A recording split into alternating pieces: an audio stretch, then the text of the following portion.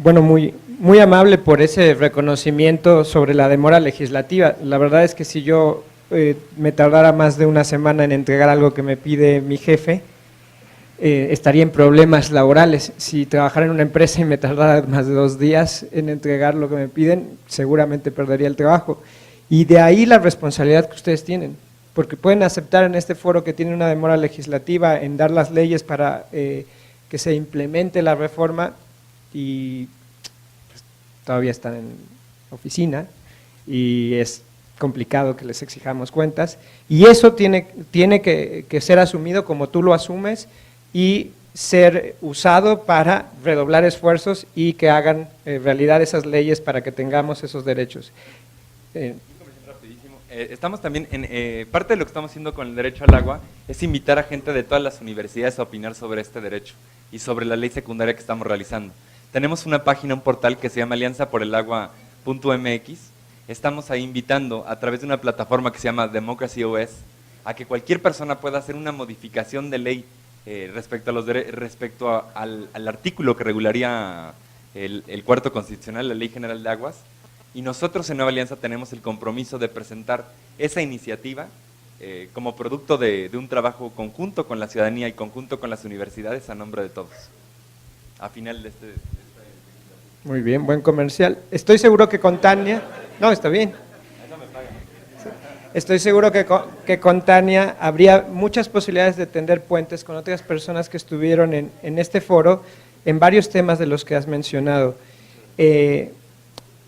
Seguramente habría quien te podría polemizar sobre si la ley de víctima es la ley reglamentaria sobre el deber de reparación que está en el artículo 1, párrafo 3, pero ella podría hacerlo. Fue muy atinado y crítico el comentario del ponente que dio la conferencia magistral el día de ayer, el buen abogado Santiago Corcuera, donde nos recuerda que quizá en la reforma constitucional, le quito el quizá, en la reforma constitucional de 10 de junio, al artículo 11 hay, digamos, para decirlo suavemente, una forma inadecuada de ver el tema, ¿no? Y eso es creo que también algo que él rescataba, que en la ley debería de por lo menos respetarse este tema de asilo, eso seguramente también sería un buen tema. Y lo que yo quiero dejar como reflexión, porque es muy importante para las organizaciones que hacen esa labor, es el día de mañana ustedes aprueban presupuesto. Sin meterme a ningún tema más que alguno que sale en medios, en una campaña muy interesante, que tiene que ver con el derecho a la alimentación, al agua y las promesas desde el gobierno y desde el Congreso para que la niñez mexicana tenga acceso a comida saludable, no a comida chatarra, cuente con agua potable, y el reclamo en el comercial es a ustedes, en la Cámara de Diputados, pongan presupuesto. ¿Qué tanto están haciendo para poner en el presupuesto lo que se necesita para esas acciones firmes y concretas para que se implemente la reforma de derechos humanos como esa? Y solo para también aceptar propias responsabilidades, igual que lo hice con la intervención anterior. Has hablado de las reformas que han quedado pendientes en legislación después de 10 de junio de 2011. Me parece que la reforma constitucional daba para entender que el principio pro persona, ese que en todo caso, en todo momento obliga a todas las autoridades a preferir la mayor protección de las personas, que quedaba como argumento central de la reforma, ha sido pues disminuido en sede jurisdiccional con nuestra interpretación en la Suprema Corte derivada de la contradicción 293-2011, donde las restricciones a los derechos, según palabras de Santiago Corcuera otra vez, están en el cucurucho del edificio normativo. ¿Qué piensan, qué responsabilidad creen que tienen para aclararnos la reforma y volvernos a decir lo que creo que ya decía, que el principio de pro persona guía toda la actuación? Que ahí donde esté el estándar más favorable, sea en la Constitución o en un tratado internacional, la Suprema Corte, en última instancia, pero todas las demás autoridades tienen la obligación de guiarse por ese estándar, o van a dejar que impere esta interpretación, en palabras de Santiago, pues muy desfavorable de la Corte, en donde las restricciones aparentemente son las que se sobrepasan.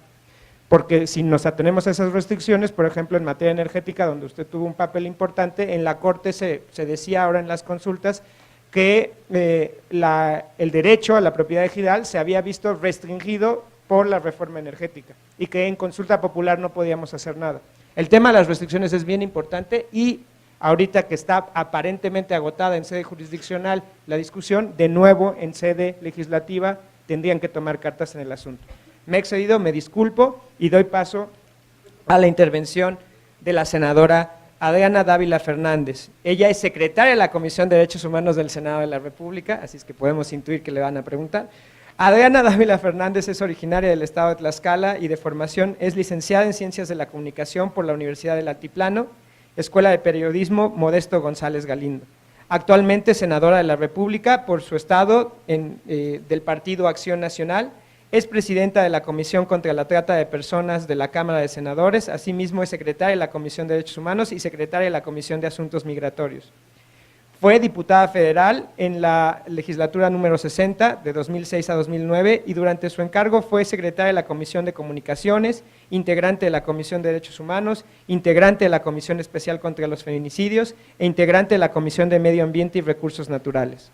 En la Administración Pública Federal se ha desempeñado como Coordinadora Nacional de Enlace Federal de la Presidencia de la República, fue asesora del Secretario de Hacienda y Crédito Público Ernesto Cordero, fue Coordinadora Nacional de Cultura del Agua en la Comisión Nacional del Agua, entonces tienen coincidencias, por lo menos en temas de interés, y fue directora de Relaciones Públicas de la Asociación de Municipios de México. En otros temas fue candidata a gobernadora de su estado en Tlaxcala por el Partido Acción Nacional en 2010, también se desempeñó como secretaria de vinculación con la sociedad del Comité Ejecutivo Nacional del PAN, fue coordinadora estatal de la campaña de Felipe Calderón, fue candidata a diputada local por el Distrito 15 en 2004, fue coordinadora de proyectos de la Dirección de Relaciones Nacionales del Comité Ejecutivo Nacional del PAN, fue directora de Comunicación y Relaciones Públicas del Comité Directivo Estatal en Tlaxcala del PAN, eso ya fue en 96-97, y fue reportera de diversos medios de comunicación locales en su estado. Senadora. Muchas gracias. Primero quiero agradecer, por supuesto, al Centro Jurídico para los Derechos Humanos, muchas gracias, Tania, por la invitación, a la Universidad de La Salle, y por supuesto a todos ustedes que están aquí. Yo quisiera preguntar nada más, antes de iniciar mi participación, si todos ustedes son estudiantes de Derecho, ¿no? Tienen otras formaciones, ¿verdad? También, nada más para poder platicar con toda tranquilidad, porque los abogados luego me dan algo de miedo. Y agradezco compartir con los compañeros esta mesa. En principio yo estoy aquí por un derecho que fuimos adquiriendo las mujeres, que pudiera parecer un derecho menor, pero nuestro derecho a participar estuvo muy limitado durante muchos años y la lucha de muchas otras mujeres hoy me tiene a mí en la posibilidad de ser senadora de la República y poder trabajar en estos temas. Ya me presentaron y yo no quisiera abundar en esto. Empezaría por preguntar primero sobre la reforma constitucional y preguntarles a ustedes quiénes somos sujetos de derechos humanos. Porque tal pareciera cuando escuchamos hablar a quien sea que los derechos humanos son exclusivos de algunas personas, o son exclusivos de algunos temas, o son exclusivos de algunos asuntos, o son exclusivos de algunos grupos. Y los derechos humanos, y esa fue la principal reforma que se hizo en 2011, empieza del principio pro persona. ¿Desde cuándo tenemos derechos humanos? ¿Desde que nacemos? Eso dicen la mayor parte de las personas cuando trabajamos en esta materia. Hay quienes desde el Partido Acción Nacional, por ejemplo, en el caso concreto de Carlos y su servidora, creemos que se tienen derechos humanos desde la concepción, desde el vientre, que es un asunto de carácter ideológico, pero que también tiene que ver con nuestra propia creencia de dónde están los derechos humanos. Y es lo que yo quisiera plantear con ustedes. Y luego haría otra pregunta que es, ¿quiénes somos corresponsables en la aplicación en materia de derechos humanos? Pues somos todos, y me llama un poquito la atención en la moderación con Luis Miguel, y como a mí también me dijeron que podía decir lo que quisiera, entonces yo quisiera plantear aquí, me llama un poquito la atención en dos frases con lo que inició. Cuando inició dijo, yo quiero que nos convenzan de confiar en los derechos humanos, y luego dijo, yo quiero que nos digan cómo nos van a garantizar tales o cuales cosas. Y empezaría por decir que los derechos humanos es responsabilidad de todos. Por supuesto que el Poder Legislativo tiene ciertas atribuciones, facultades y también obligaciones que ya ahorita les platico qué hacemos, pero ustedes como estudiantes, como parte de una familia, como parte de esta sociedad, también tienen obligaciones.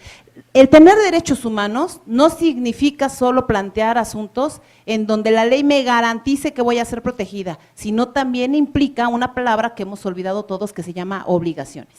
Es decir, un derecho de proteger la vida de alguien implica una obligación de todos de proteger la vida de alguien. El derecho es ese conjunto también de obligaciones que nosotros tenemos y esa perspectiva la hemos dejado de lado porque tal pareciera que se ha convertido en un discurso en el que la clase política de la cual yo me incluyo, pues lo encontramos para darnos mensajes entre los partidos políticos o la clase política, porque lo cierto es que los partidos políticos también nos hemos difuminado, nos hemos desdibujado y que hoy muchas de las instituciones que nosotros tenemos han sido utilizadas por grupos o por personas independientemente de su ideología y no les importa pertenecer al PAN, al PRI o al PRD, porque toda esa parte ideológica de carga que teníamos en un inicio cuando los partidos teníamos cierto valor institucional, parece ser que se difuminó. Y entonces, hoy sí, en lo que yo puedo platicarles, porque además estamos viviendo en el Senado de la República todo el proceso para la selección del nuevo titular de los derechos humanos, sí quisiera platicarles que la mayor causa que nosotros tenemos hoy de esta crisis en materia de derechos humanos que tenemos en el país tiene que ver con el debilitamiento de las instituciones. Y el debilitamiento de las instituciones las hacemos los seres humanos y las hacemos las personas que trabajamos en las instituciones o atacamos también a las instituciones. Y quisiera empezar por señalar primero que el mandato constitucional que nos dieron en 2011, por supuesto que tiene esa primera carga y me parece que es la reforma o el punto más importante de esta reforma, que es el principio pro persona. Y el principio pro persona significa poner en el centro de toda discusión a las personas. Con nuestras diferencias, con el respeto a nuestras distintas formas de pensar, pero eso es el principio pro persona y creo que vale la pena que nosotros lo establezcamos y que lo pongamos como tal. Y quisiera platicar un poco, si me lo permiten, para hacerlo mucho más sencillo, porque quizá hablar de derechos humanos se ha convertido en un lenguaje sumamente elevado jurídico y lo que planteó esta reforma es sacar la parte de derechos humanos de la parte jurisdiccional. ¿Qué significa esto? Bueno, que no todo se ve en el proceso de cómo sanciono o cómo castigo, sino de cómo protejo y cómo prevengo. Esa parte pudiera ser menor para algunos, pero es fundamental. Por eso pregunté si aquí todos eran abogados, porque los derechos humanos no es solo para que nos defiendan los abogados de poder proteger estos derechos que tenemos inherentes al ser humano. Y empezaría por plantearles lo que a mí me tocó vivir en principio en algunos casos. Primero cuando fui diputada federal y nos tocó hacer una defensa de la muerte de una anciana indígena en Zongolica. Fue un caso muy sonado en ese tiempo. Se había acusado al ejército mexicano de haberla asesinado. Se hicieron 3 necropsias. Yo participé en el proceso de la investigación porque era diputada federal y miembro de la Comisión de Derechos Humanos. Estuvimos en Veracruz y la conclusión de ese caso fue que no había sido el ejército, que había sido un grupo delictivo, concretamente en el tema de la sierra que estaba operando y que obviamente habían utilizado al tema del ejército como tal, que así fueron los datos que se dieron y sin embargo el ejército quedó estigmatizado en ese proceso. Y yo quiero platicarles y preguntarles, decirles este tema, porque obviamente para los ciudadanos este debilitamiento de las instituciones lo que ha generado es que no se crean las instituciones. Si yo hoy les digo, las investigaciones definieron que el ejército no participó, yo les puedo asegurar que el 70% de este auditorio va a decir, no es cierto, claro que el ejército tuvo que ver y los están encubriendo porque los soldados son unos matones o unos traidores o unos asesinos. Así nos lo dijeron en los momentos en los que nosotros estuvimos participando. Sin embargo, en la vinculación de una protección así, con una descomposición social que tiene que ver con este involucramiento de las autoridades cada vez más, perdonen la redundancia, involucradas en asuntos de carácter delictivo, por supuesto que esta descomposición nos genera una y otra suma de desconfianza en la que los ciudadanos, por supuesto, ya dicen, no tengo ninguna confianza en las instituciones y no sé si hay alguna institución que me vaya a proteger. Se cometieron muchos errores y yo sé que este comentario que voy a hacer puede hacer incluso mella al interior de mi partido y que este comentario que voy a hacer puede incluso no gustarle a otro partido político o a otros partidos políticos, pero tengo la obligación de hacerlo. El mayor error que hemos cometido en materia de combate a la seguridad es involucrar al ejército en el asunto del combate a la inseguridad en las calles. Y todos somos responsables de eso, y yo estoy consciente de que ese tema tiene que cambiar. Empezamos nosotros por aprobar en 2012, cuando llegamos al Senado de la República, los cambios a la Ley Orgánica de la Administración Pública. Se nos dijo que el gobierno actual tenía también derecho a organizarse como quisiera para tratar los temas de seguridad pública. Y no estoy exculpando tampoco al gobierno anterior del que yo soy parte y de que por supuesto que coincido en muchas de las cosas que se hicieron, pero que creo que hoy tenemos que ser mejores las cosas y despartidizar todo lo que tiene que ver con política pública. Pero quiero decirlo y quiero hablarlo claramente por un asunto de convicción personal. ¿Y por qué les planteo esto? Porque cuando se nos dijo de los cambios de la administración, de la Ley Orgánica de la Administración Pública, se nos dijo que el tema de seguridad pública tenía que pasar al área de gobernabilidad. Y ustedes dirán, ¿qué tiene que ver esto con derechos humanos? Claro que tiene que ver, porque es la forma en que nosotros nos organizamos para darle certeza de seguridad a los ciudadanos. Y el área de seguridad se pasó a una gran secretaría que fue la Secretaría de Gobernación, ¿no? Y bajo estos esquemas, nosotros hicimos esa modificación. Fueron discusiones muy largas respecto de la Ley Orgánica de la Administración Pública, es decir, que hubiera en lugar de una Secretaría de Seguridad Pública, una Subsecretaría de Seguridad Pública que dependía de la Secretaría de Gobernación y que generara esas condiciones para la seguridad de los mexicanos. Sí, nada más que se confunde la gobernabilidad con la parte de seguridad pública. Y hoy tenemos una crisis igual, yo diría mayor, que la que hemos tenido en años anteriores por esta misma descomposición. Creo que esta es una de las tareas que tenemos pendiente, revisar si el modelo en materia de administración pública, de organización del gobierno federal, es el modelo adecuado. Yo creo que no, y así lo he estado planteando al interior de mi grupo y creo que pudiéramos ir haciendo algunas cosas. Pero sí se ha hecho trabajo en la materia. Yo no creo que ayude y tampoco coincido con plantear que no hemos hecho nada, y yo les quiero mencionar algunas cosas.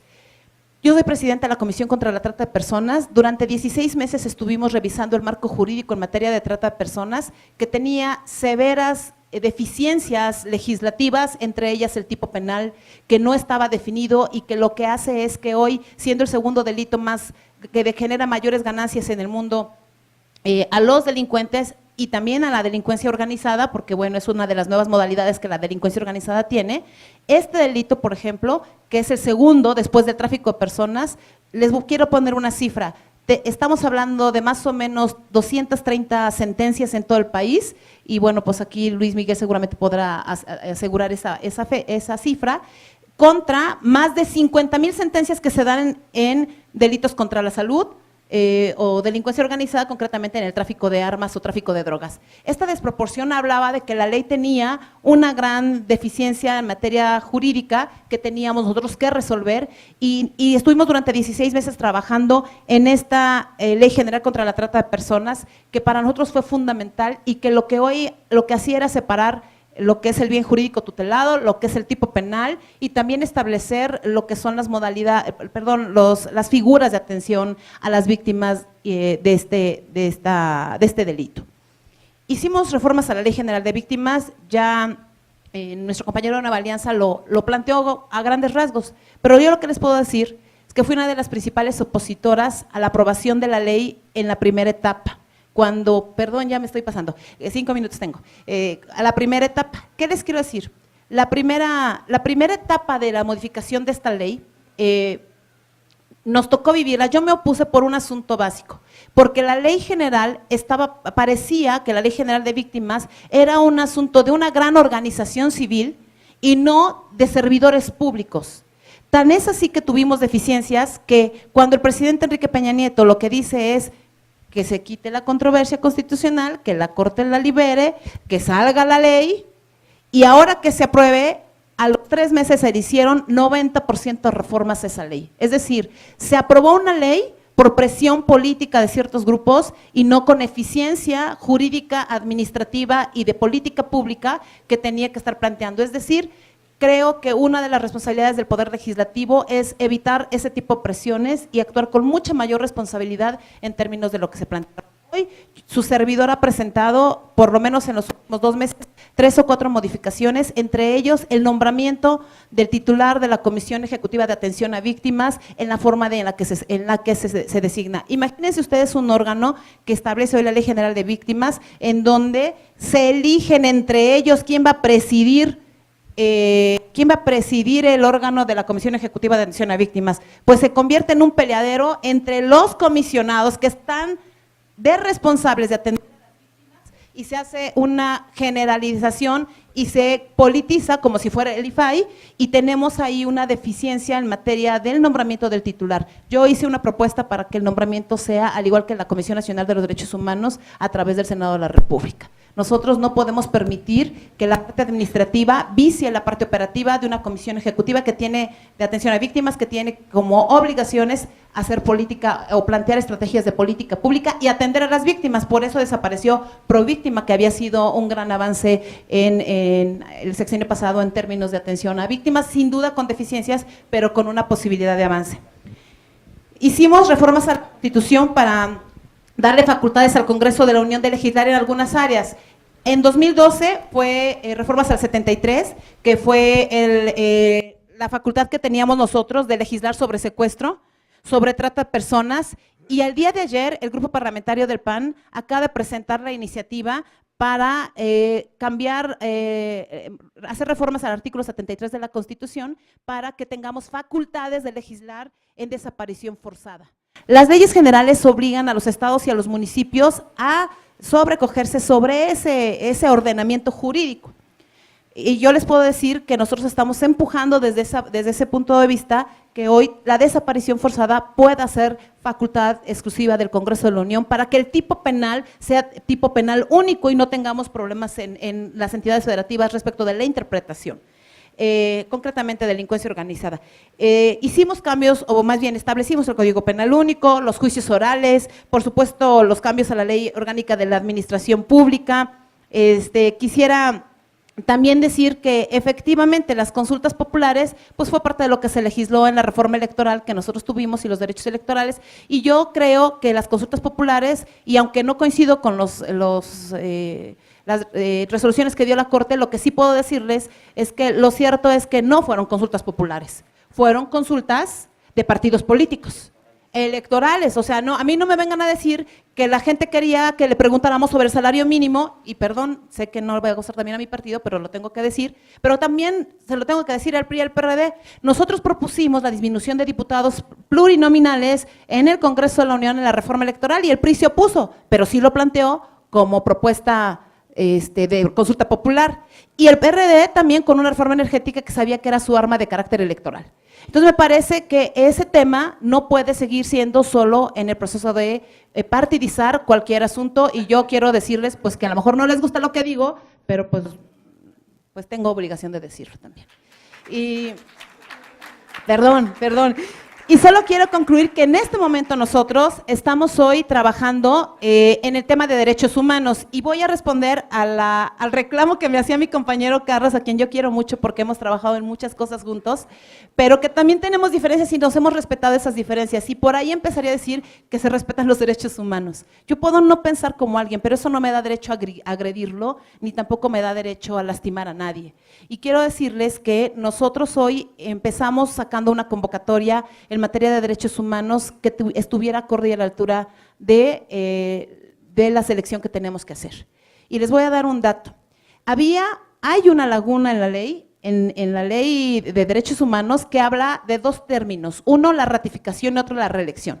Fue una discusión tan solo sacar la convocatoria, y había quienes, tanto de mi grupo como del PRD como del PRI, se oponían a que nosotros hiciéramos una convocatoria de piso parejo para que quien quisiera, incluyendo el actual titular de la Comisión de Derechos Humanos, se inscribiera.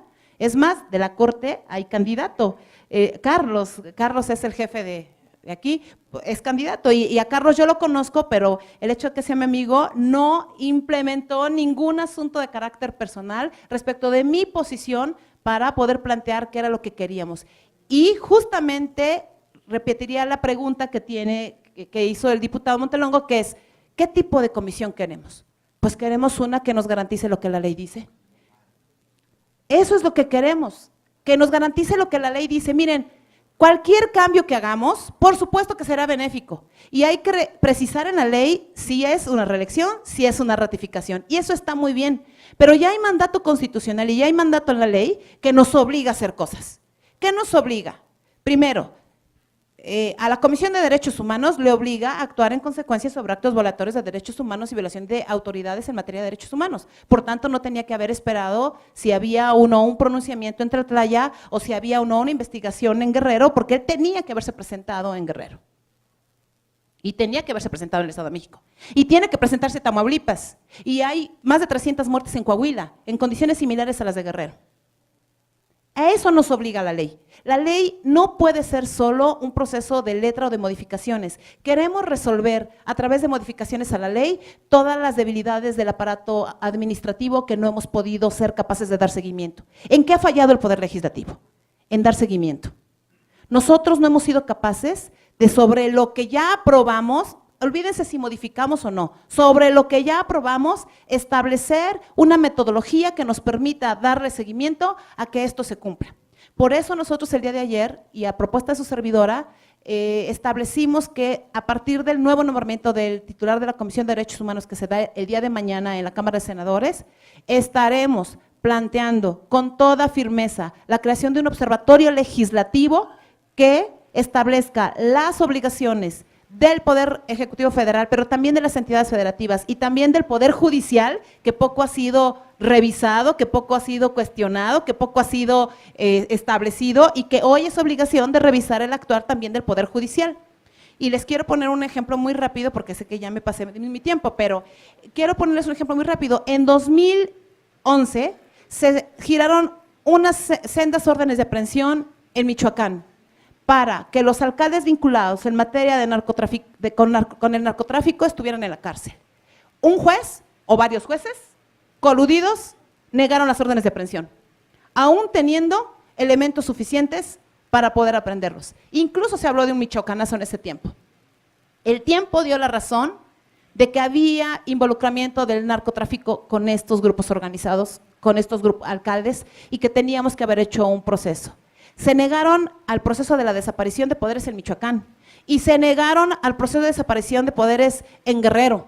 ¿Por qué? Porque se cuida el proceso de los acuerdos de carácter popular. Y nosotros, yo en lo personal en su momento, no solo exigí la desaparición de poderes, yo estaba más por la renuncia del gobernador y plantear eso, sino también por todas aquellas autoridades que conociendo los hechos fueron o fuimos omisas. El Senado de la República recibió un informe de la Comisión Nacional de los Derechos Humanos en donde se hablaba de más de 14 a 26 municipios involucrados en el tema del narcotráfico. Pero el mandato de la Comisión Nacional de Derechos Humanos no establecía que nosotros hiciéramos alguna recomendación en específico. Por tanto, lo que se planteó fue una desaparición de poderes. Y en mi caso, yo presenté reforma en materia de la Ley de Derechos Humanos para que el Senado tuviera facultades de traer a comparecer a los gobernadores cuando hay violación a derechos humanos.